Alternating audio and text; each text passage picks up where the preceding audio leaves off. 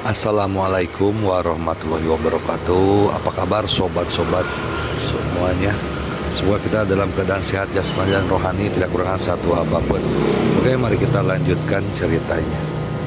Bab 1365. Pedang Xingdao keluar.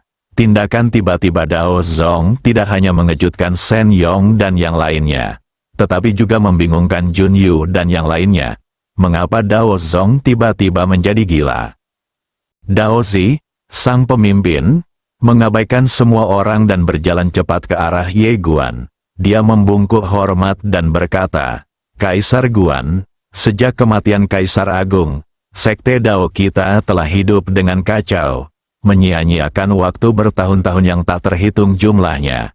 Sekarang kita akhirnya bertemu dengan seorang pemimpin yang bijaksana. Jika Kaisar Guan tidak membenci kita, kami bersedia untuk setia kepada Anda dan melayani Anda dengan sepenuh hati. Berlututlah." Ketika dia mengatakan ini, dia sebenarnya berlutut atas inisiatifnya sendiri.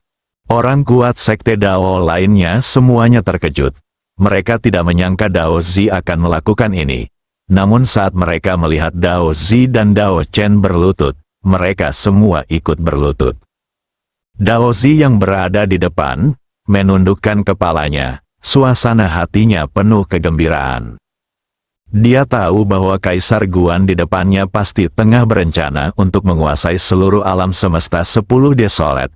Jika tidak, dia tidak akan melakukan begitu banyak gerakan. Dapat dilihat dari beberapa hal bahwa, pertama, alasan mengapa Kaisar Guan berani mengeluarkan sumber Kaisar berarti bahwa pihak lain sepenuhnya yakin bahwa jika mereka berani mengambil tindakan, mereka pasti akan mati dan klan mereka akan hancur. Tidak mengambil tindakan, kalau begitu, itu sama sekali tidak ada hubungannya dengan Kaisar Yuan. Terlebih lagi, setelah Kaisar Guan memulihkan kekuatannya di periode selanjutnya, atau Kaisar Guan telah memulihkan kekuatannya, dia tidak yakin mengenai hal ini. Tetapi analisisnya sendiri adalah, bagaimana mungkin jiwa virtual dari beberapa kaisar dapat menyegel kaisar sungguhan? Bukankah ini omong kosong? Sederhananya, berlututlah sekarang atau berlututlah nanti. Perbedaannya adalah berlutut sekarang dapat dianggap sebagai bantuan tepat waktu. Tetapi berlutut di masa mendatang berarti, Anda harus berlutut. Ini adalah ujian, kesempatan telah diberikan kepada keluarga Kaisar Besar dan Sekte Abadi ini. Apakah mereka dapat merebutnya tergantung pada diri mereka sendiri. Kebijaksanaannya melihat hal ini dengan jelas. Keluarga Kaisar Besar dan Sekte Abadi lainnya yang hadir agak bingung, begitu rendah hati. Semua orang tampak sedikit aneh, terutama Shen Yong, Mu Zhen dan lainnya. Wajah mereka penuh keraguan. Sekalipun mereka menyerah, mereka tidak akan begitu rendah hati, kan? Bagaimanapun juga, itu adalah keluarga Kaisar. Di samping Mu Zhen, Musi berkata dengan suara yang dalam, "Ayah, kita masih punya waktu. Aku sudah memberitahu orang-orang di klan untuk datang." Mu Zhen melambaikan tangannya, wajahnya pucat pasi. "Tidak mungkin, keluarga Muku adalah keluarga Kaisar yang hebat. Bagaimana mungkin kami bisa begitu tidak punya nyali?" Muki mendesah pelan, merasa tak berdaya.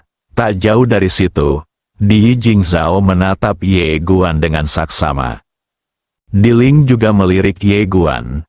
Dia penuh dengan kekaguman. Jika Ye Guan memberikan sumber Kaisar kepada Sekte Dao terlebih dahulu, Sekte Dao tidak akan pernah bertarung dengan putus asa. Semakin mudah sesuatu diperoleh, semakin tidak dihargai. Dan sekarang, jika sekte ini ingin mendapatkan sumber Kaisar, ia harus bekerja keras untuk menunjukkan dirinya. Kejadian ini juga membuatnya sadar bahwa dia tidak boleh berbuat tipu daya atau berbuat jahat di depan Ye Guan. Tuan muda Ye ini sungguh menakutkan. Ketika menghadapi Tuan muda Ye ini, yang bisa Anda lakukan hanyalah patuh dan bekerja keras. Ye Guan menatap Dao Zi di depannya. Setelah beberapa saat, dia tersenyum dan berkata, Guru Daozi, alam semesta ini sangat luas. Mari kita rencanakan masa depan bersama. Daozi sangat gembira dan bersujud dengan penuh semangat. Haha, pada saat ini, Junyu dari langit tiba-tiba tertawa terbahak-bahak. Betapa konyolnya, betapa konyolnya.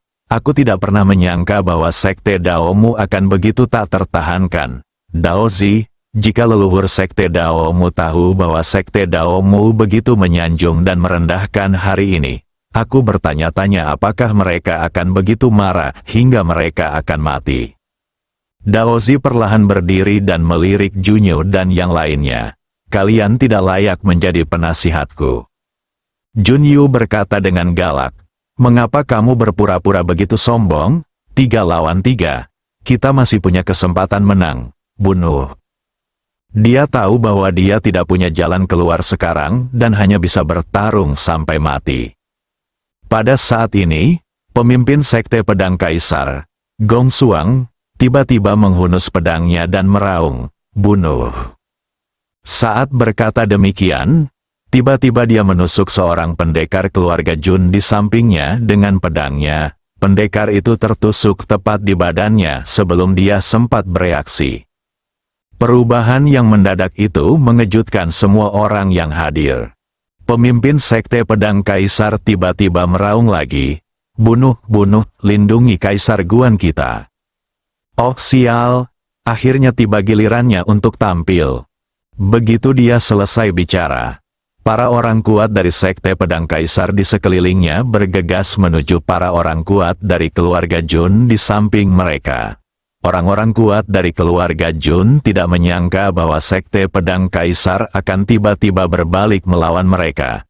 Dan mereka pun lengah dan ratusan prajurit utama mereka terbunuh.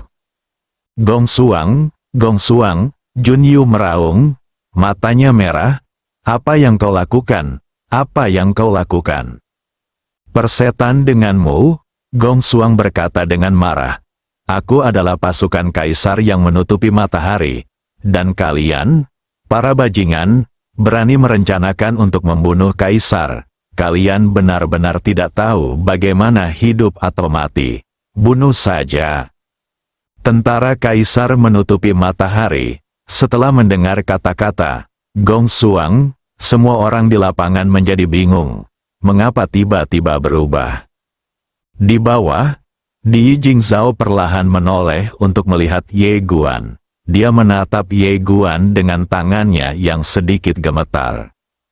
Baru pada saat inilah dia mengerti mengapa Ye Guan menyerahkan senjata kekaisaran. Ternyata, prajurit kekaisaran telah tunduk padanya. Segalanya berada di bawah kendalinya. Pertama Jingzhao sedikit bingung. Pengkhianatan mendadak yang dilakukan sekte pedang kaisar mengejutkan semua orang. Dan orang-orang kuat dari klan raja juga bereaksi cepat dan memulai pertempuran sengit dengan orang-orang kuat dari sekte pedang kaisar. Adapun Qin Hao, ketika dia melihat situasinya tidak baik, dia berkata dengan ketakutan, "Mundur, mundur." Setelah berkata demikian, dia berbalik dan berlari bersama sekelompok prajurit keluarga Qin. Tidak ada gunanya bertarung sekarang, karena tidak mungkin kita bisa menang. Membunuh, pada saat ini, Diling juga bergegas datang dengan sekelompok orang kuat dari klan kekaisaran. Atas sinyal Di Jingzhao, semua orang kuat dari klan pertama bergegas maju. Melihat ini, Daoling dari Sekte Dao juga bergegas maju bersama sekelompok orang kuat Sekte Dao. Di bawah pengepungan semua orang, klan Jun segera dikalahkan, dan bahkan Jun Yu hampir dipukuli sampai mati. Hancur total, pada saat ini, Jun Yu tiba-tiba merentangkan kedua telapak tangannya, dan sebuah liontin giok kuno melesat ke langit dari telapak tangannya. Dalam sekejap, aura mengerikan menyebar dari langit dan bumi. Nafas sang kaisar agung, di langit, bayangan berangsur-angsur mengembun. Nenek moyang keluarga Jun, Kaisar Agung Jun, melihat pemandangan ini, ekspresi semua orang berubah. Pertama-tama Jing Zhao menatap bayangan itu dan mengerutkan kening. Kaisar, dia pernah menguasai seluruh 10 gurun. Namun, Daozi, Diling dan yang lainnya tidak takut. Keluarga kerajaan memiliki jiwa leluhur mereka, dan begitu pula mereka. Terlebih lagi, mereka sekarang memiliki lebih banyak orang dan lebih banyak leluhur daripada keluarga Jun.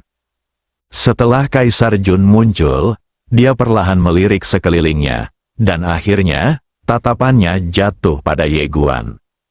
Leluhur, Jun Yu dan sekelompok anggota klan Jun yang masih kuat berlutut satu demi satu. Kaisar Jun mengabaikan Jun Yu dan yang lainnya.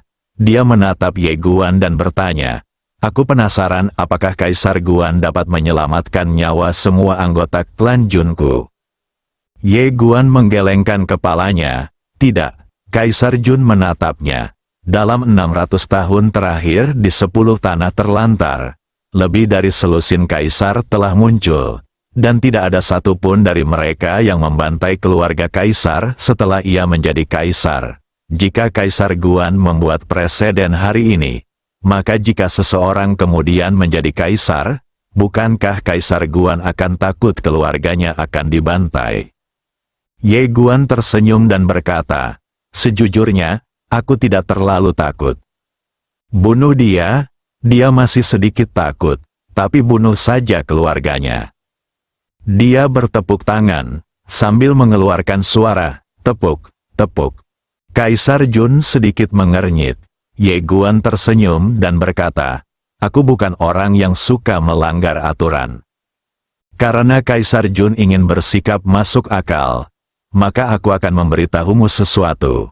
Pertama, begitu aku menjadi kaisar, Kaisar Jun bekerja sama dengan kaisar lain untuk menargetkanku. Sejauh yang aku tahu, aku tidak punya dendam terhadap klan Jun. Kan, kedua, setelah aku datang ke 10 tanah terlantar, keturunan Kaisar Jun berbondong-bondong, menarik orang kemana-mana untuk berurusan denganku. Kaisar Jun, jika itu kamu, apa yang akan kamu lakukan?" Kaisar Jun menoleh dan menatap Jun Yu yang tampak agak jelek. Setelah hening sejenak, Kaisar Jun menatap Ye Guan dan berkata, "Kaisar Guan, masalah ini bukan disebabkan oleh keluarga Junku. Jika Kaisar Guan bersedia melepaskan keluarga Junku, aku akan berutang budi padamu." Tentu saja, dia sudah melihat situasinya dengan jelas. Dalam situasi saat ini, hidup dan mati keluarga Jun bergantung sepenuhnya pada pikiran Kaisar Guan. Tentu saja dia tidak akan cukup bodoh untuk mengatakan sesuatu yang kasar saat ini. Ye Guan menggelengkan kepalanya. Tidak, Kaisar Jun sedikit mengernyit, tetapi dia langsung mengerti. "Tegakkan otoritas Anda." Kaisar Guan di depannya ingin menggunakan keluarga Jun untuk membangun kekuasaannya. Kaisar Jun tiba-tiba menghilang dari tempatnya, dan dalam sekejap, aura mengerikan tiba-tiba menyerbu ke arah Ye Guan. Tangkap pemimpinnya dahulu. Jika keluarga Jun ingin bertahan hidup saat ini, mereka harus mengendalikan Ye Guan, yang tidak memiliki kultivasi apapun sekarang. Terlebih lagi, dia hanya mempunyai satu kesempatan untuk bertindak, karena begitu klan pertama, klan kekaisaran dan sekte Dao memanggil leluhur mereka kembali, dia tidak akan mempunyai kesempatan lagi. Tidak seorang pun menduga bahwa kaisar benar-benar akan mengambil tindakan. Pada saat Kaisar Jun bergerak, Di Jingzhao tiba-tiba menarik Ye Guan ke belakangnya. Kilatan ganas terpancar di matanya, tubuh dan jiwanya membara. Karena dia tahu betul, meskipun dia adalah seorang kaisar semu, dia tidak akan bisa menandingi Kaisar Agung, sekalipun lawannya hanyalah jiwa virtual. Di bawah kaisar, kita semua adalah semut, ini bukan lelucon. Tetapi pada saat ini, dia dan Ye Guan secara aneh muncul di waktu dan ruang yang tidak diketahui. Pertama, Jing Zhao merasa ngeri, wilayah kaisar. Ini adalah wilayah yang dibuka oleh kaisar sendiri. Di dalam wilayah ini, terdapat prinsip-prinsip dan hukum milik kaisar sendiri. yang dapat secara paksa menekan lawan dan memperoleh kemenangan. Pertama, Jing Zhao mengepalkan tangan kanannya erat-erat dan hendak menyerang. Tetapi pada saat ini, suara pedang tiba-tiba terdengar, dan saat berikutnya, Kaisar Jun di kejauhan tertusuk alis oleh cahaya pedang. Jing Zhao mula-mula tertegun di tempatnya, namun tak lama kemudian dia tersadar dan menoleh ke arah Ye Guan. Kau sudah memulihkan kultivasimu. Ye Guan tersenyum tipis. Tidak. Sambil berbicara, dia merentangkan kedua telapak tangannya, dan di kejauhan, pedang Xingdao terbang kembali ke tangannya. Ilusi sang kaisar menghilang dengan kecepatan yang terlihat oleh mata telanjang. Tatapan Kaisar Jun tertuju pada pedang Xingdao di tangan Ye Guan. Dia sedikit bingung. Bagaimana mungkin? Ye Guan tidak mengambil tindakan apapun, pedang inilah yang membunuhnya. Awalnya, dia benar-benar melihat pedang Xingdao di tangan Ye Guan. Tetapi dia tidak peduli, karena pedang ini bukanlah pedang Kaisar Agung, dan dia tidak merasakan aura pedang ini, sama seperti Ye Guan, tanpa alam, tanpa level. Baru pada saat inilah dia menyadari bahwa pedang ini berada di luar pemahaman jiwa virtualnya. Kaisar Jun menatap Ye Guan sekali lagi, dan tak lama kemudian, dia menghilang sepenuhnya. Wilayah kekuasaan kekaisaran di medan perang itu dengan cepat runtuh. Ye Guan menatap Di Jing Zhao yang sedang menatapnya seolah-olah dia adalah hantu. Dia tersenyum dan bertanya, "Apa yang sedang kamu lihat?" Pertama Jing Zhao menarik kembali pikirannya. "Apakah pedangmu adalah pedang Kaisar Agung?" Ye Guan menggelengkan kepalanya. "Tidak." Awalnya Jing Zhao bingung, hanya mendengar Ye Guan berkata dengan serius, "Itu hanya pedang biasa." Tetapi pedang itu menjadi lebih kuat karena orang yang menggunakannya. Oleh karena itu, di tanganku, itu adalah pedang dewa yang tak tertandingi yang melampaui Kaisar Agung.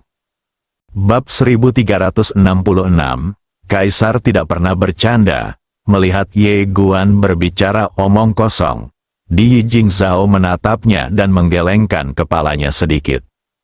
Lelaki ini terlihat sangat tenang hampir sepanjang waktu, membuat orang-orang merasa bahwa dia adalah monster tua yang telah hidup selama ribuan tahun dan mampu melihat menembus segalanya.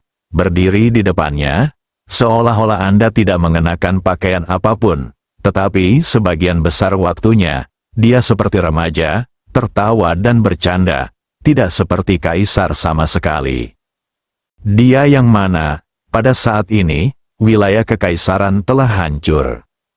Saat melihat Ye Guan dan Di Jing Zhao tampak aman dan sehat, Di Ling dan yang lainnya menghela napas lega, dan wajah Jun Yu langsung memucat. Dia berlutut sambil menjatuhkan diri.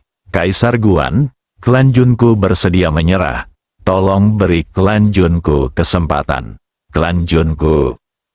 Ye Guan berkata dengan tenang, "Bunuh semua orang kuat dari klan Jun di sini. Bunuh mereka semua." Semua orang tercengang, namun tak lama kemudian, Di Ling dan yang lainnya menyerbu langsung ke arah sekelompok anggota klan kerajaan yang kuat.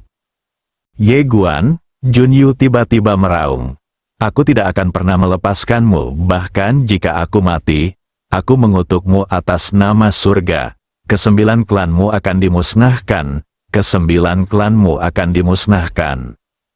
Ledakan, tiba-tiba pilar petir jatuh dan menghancurkan Jun Yu hingga berkeping-keping. Setiap orang, Ye Guan melirik tumpukan bubuk itu dan berkata dengan tenang, "Di antara 9 klan, akulah yang terlemah. Apakah kamu terkejut atau terkejut?" Jun Yu, tak lama kemudian semua orang kuat dari keluarga kerajaan di medan perang dibantai. Di Ling menyerahkan seikat cincin penyimpanan kepada Ye Guan dengan hormat, "Tuan Muda Ye." Ye Guan melihat cincin penyimpanan itu dan berkata, "Aku akan membaginya dengan semua orang." Di Ling ragu sejenak, lalu berkata, "Baiklah." Ye Guan menatap Zhao Jing pertama dan berkata, kirim orang untuk mengambil alih semua aset keluarga Jun. Jika ada yang melawan, bunuh mereka di tempat. Setelah berkata demikian, dia berbalik dan pergi. Pertama-tama Jing Zhao menoleh ke arah lelaki tua di sampingnya, cepat pergi. Orang tua itu membungkuk hormat lalu melangkah mundur. Pertama Jing Zhao berhasil menyusul Ye Guan. Ye Guan tiba-tiba berkata, Diling, Yanri, Daozi, kalian semua ikuti aku. Ketiganya tahu bahwa Ye Guan telah memberi instruksi, jadi mereka bergegas mengikutinya. Ye Guan menemukan sebuah batu dan duduk. Diling dan dua orang lainnya membungkuk hormat. Ye Guan tersenyum dan berkata, semuanya, duduklah. Ye Guan tiba-tiba mengeluarkan peta besar dan menyebarkannya. Ketika semua orang melihatnya, mereka menemukan bahwa ini adalah peta alam semesta 10 desolet dan era kaisar. Ketika semua orang melihat Ye Guan mengeluarkan peta, mereka sedikit bingung. Ye Guan menatap semua orang dan bertanya, semuanya, sudah berapa tahun Tenwa Stellans berkembang sekarang? Kaisar Ling berkata dengan hormat, kembali ke Kaisar Guan, sudah 60 miliar tahun. Ye Guan mengangguk, saya pernah membaca sejarah kuno yang ditulis oleh kaisar keluargamu sebelumnya. Dan saya memiliki sedikit pemahaman tentang 10 tanah terlantar. Setelah 60 miliar tahun pengembangan, sumber daya alam semesta ini hampir habis, terutama Vena Kaisar. Saat ini, Vena Kaisar baru jarang ditemukan, benarkah? Pertama Jing Zhao mengangguk, ya. Ye Guan tersenyum dan berkata, tidak hanya urat bumi baru jarang ditemukan, tetapi bahkan urat kaisar asli sebenarnya perlahan-lahan mengering, bukan? Daozi berkata dengan suara yang dalam. Ya, Ye Guan berkata dengan lembut. Mengapa klan Jun dan yang lainnya melakukan tindakan gegabah seperti itu? Selain keserakahan, sebenarnya ada alasan lain, yaitu, sumber daya menjadi semakin langka, dan mereka ingin mendapatkan lebih banyak sumber daya. Semua orang, mohon maaf karena saya terus terang, tetapi alam semesta 10 gurun telah diperintah oleh keluarga kekaisaran besar dan sekte abadi besar Anda selama bertahun-tahun, dan Anda telah menghabiskan hampir semua sumber daya. Jika Anda terus seperti ini, situasi yang stabil ini akan hancur, dan Anda akan memasuki pertikaian sipil yang tak berujung, saling memakan, dan akhirnya binasa bersama. Semua orang terdiam, sebenarnya, tidakkah mereka mengerti?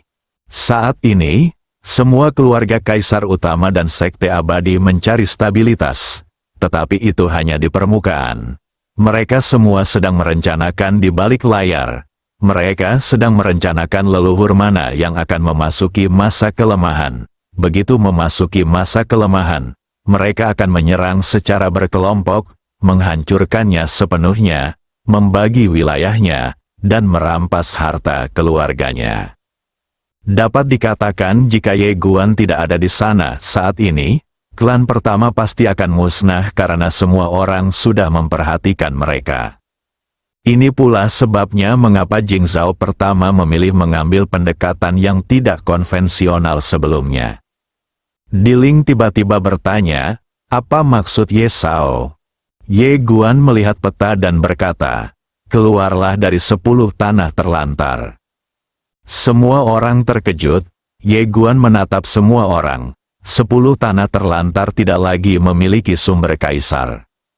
Jika kalian ingin mendapatkan sumber kaisar, kalian hanya bisa mengandalkan orang lain untuk memberikannya kepada kalian. Selain itu, bahkan jika kalian menjadi seorang kaisar, kalian pada akhirnya harus bekerja untuk orang lain. Yang terpenting adalah bahwa begitu sumber daya 10 tanah terlantar benar-benar habis dan tidak ada lagi monster yang tak tertandingi, maka 10 tanah terlantar pasti akan ditinggalkan oleh orang lain. Sudah terlambat untuk mencari perubahan saat itu. Sambil berbicara, ia menceritakan kisah reruntuhan Suming. Setelah mendengar kata-kata Ye Guan, Daozi dan yang lainnya terdiam. Hati mereka kacau. Mereka tidak menyangka bahwa semua kaisar di 10 tanah terlantar memperoleh kekuasaannya dengan cara seperti ini. Lagi pula, ternyata jalan untuk naik sudah diblokir sejak lama. Ye Guan menambahkan, tentu saja, langkah pertama kita adalah menyatukan 10 tanah terlantar dan menyatukannya menjadi satu. Daozi ragu sejenak, lalu berkata, keluargamu mungkin masih berharap keberuntungan. Sebelum Ye Guan sempat berbicara, Di Jingzhao di sampingnya tiba-tiba berkata, kalau begitu hancurkan saja. Daozi memandang Di Jingzhao, yang memandang Ye Guan. Ye Guan tersenyum dan berkata, Tuan Daozi, Anda harus tahu bahwa saya berada di jalur ketertiban.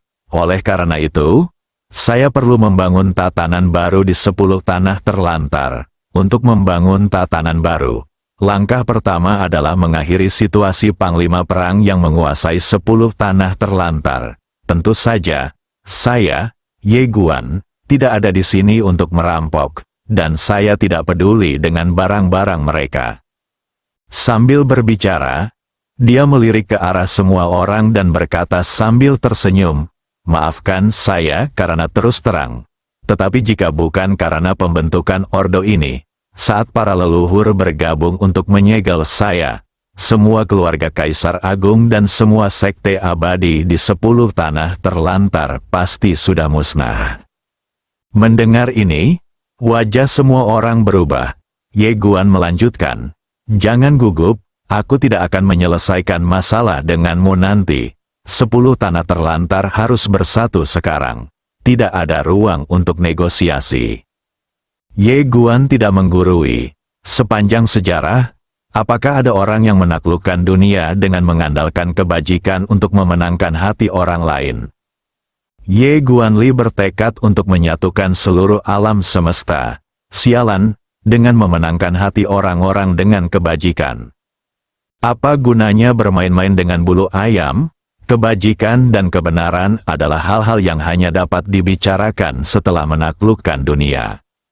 Sebelum menaklukkan dunia, aku akan menyerang siapapun yang tidak menyerah. Setelah mendengar kata-kata Ye Guan, semua orang sekarang mengerti mengapa Ye Guan ingin membunuh semua orang kuat klan Jun tadi. Itu hanya membunuh ayam untuk menakuti monyet. Ye Guan merentangkan telapak tangannya, dan sebuah buku kuno tebal muncul di depan semua orang.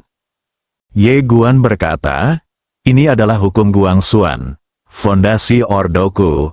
Mulai besok, aku akan mempopulerkan hukum ini di seluruh alam semesta 10 desolet. Hukum ini bukan hanya sebuah hukum, tetapi juga sebuah metode kultivasi. Semua orang dapat mempraktikannya, siapapun di antara kalian yang mempopulerkannya lebih cepat, memiliki lebih banyak orang yang berlatih, dan secara ketat mengatur alam semesta kalian sendiri sesuai dengan hukum Guangxuan. Aku akan memberimu seberkas sumber kaisar. Sumber kaisar?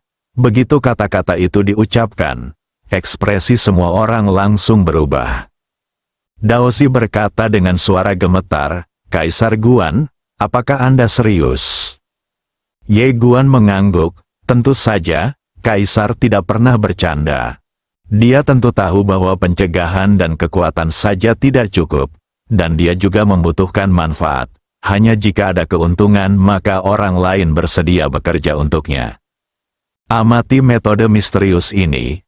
Ketika dia berada di dunia bawah, dia meminta Kaisar Multiverse untuk mempopulerkan metode kosmologi misterius di tanah Shenzhou dan membiarkan orang-orang di sana mempraktikannya. Awalnya tidak terasa pengaruhnya, namun lama-kelamaan ia merasa pengaruhnya sangat besar, sebab seiring dengan menguatnya semua makhluk hidup, maka kekuatan keimanan mereka pun semakin menguat. Terutama baru-baru ini, dia jelas merasakan bahwa niat pedangnya terus meningkat.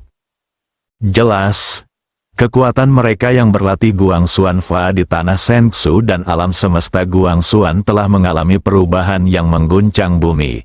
Selain itu, ada peradaban di sisi lain. Jelaslah, Sang pemimpin telah melakukan pekerjaan hebat di belahan dunia lain. Ini bagus. Dan sebagian harus disisakan untuk pemimpin. Ye Guan melirik semua orang yang ada di tempat kejadian. Peradaban kosmik 10 gurun di depannya jauh melampaui alam semesta Guangxuan dan tanah Shengsu. Jika orang-orang di sini mempraktikkan metode Guangxuannya, kekuatan keyakinan yang diperolehnya akan menjadi lebih kuat. Pada saat itu, dengan tambahan pedang King Xuan, dia dapat menghubungi semua makhluk hidup yang tak terhitung jumlahnya yang berlatih metode Guangxuan dalam satu pikiran, dan memanggil kekuatan mereka dalam sekejap. Kekuatan satu orang adalah kekuatan semua makhluk. Kekuatan semua makhluk hidup adalah kekuatan satu orang. Memikirkannya saja membuat darah saya mendidih. Semenjak ia menjadi kaisar, yang selalu ia pikirkan adalah satu hal, yakni ia tidak bisa lagi terburu-buru seperti dulu. Mengubah satu demi satu jagat raya, dia harus berhenti dan memikirkan jalannya sendiri, jalan yang ingin ditempuhnya. Jalan ketertiban, sebenarnya, dengan kekuatannya saat ini, dia bisa saja meninggalkan Si Huang dan pergi ke reruntuhan swimming yang legendaris. Tetapi dia tidak melakukannya, sebaliknya, dia berhenti di sini. Mengapa? Karena dia ingin menyempurnakan pesanannya sendiri. Entah itu saudara Ling Xiao dan yang lainnya sebelumnya, atau orang-orang kuat dari peradaban pesisir lain, atau klan kekaisaran saat ini, orang-orang kuat di alam semesta ini percaya kepadanya pada awalnya. Tetapi itu bukanlah iman yang sejati. Ada yang percaya kepadanya karena persahabatan, ada yang percaya kepadanya karena perlunya kerjasama, kepentingan bersama, atau musuh bersama. Kepercayaan macam apa ini? Tidak mungkin bagi Ye Guan untuk bertemu dengan sekelompok orang di setiap alam semesta dan kemudian meminta mereka untuk percaya padanya dan membantunya meningkatkan kekuatan tempurnya, bukan? Jalan itu salah. Apa niat awalnya? Untuk membangun tatanan baru dan memberi manfaat bagi miliaran jiwa di seluruh alam semesta. Jika dia hanya berurusan dengan orang-orang berkuasa saja setiap waktu dan mengabaikan banyak orang biasa, lalu apakah tatanan yang dibangun Ye Guan benar-benar akan menguntungkan banyak orang biasa itu pada akhirnya? Sama seperti sekarang, yang dibutuhkan Dao Zong dan yang lainnya adalah Kaisar Yuan. Lalu bagaimana dengan kebutuhan orang-orang di bawah? Apakah Ye Guan pernah benar-benar memikirkannya? Sama seperti bocah penjudi Guchen, dia pantas mendapatkan kecanduan judinya. Tetapi, dari sudut pandang lain, 10 tanah terlantar sekarang diperintah oleh klan kekaisaran utama dan sekte abadi utama, dan sumber dayanya juga ditempati oleh mereka. Mereka yang tidak pernah memiliki kaisar dalam keluarganya, telah kalah dari keluarga kaisar dan sekte abadi ini sejak mereka lahir, dan titik akhir perjuangan seumur hidup mereka tidak sebaik titik awal klan kekaisaran dan sekte abadi ini. Maju ke depan, bagaimana orang-orang biasa yang tak terhitung jumlahnya bisa menonjol? Apa arti kerja keras? Jika Anda bekerja dengan jujur dan berusaha keras untuk belajar menanggung kesulitan, hasil akhirnya adalah Anda akan menderita selama sisa hidup Anda. Di mana harapan? Bersambung.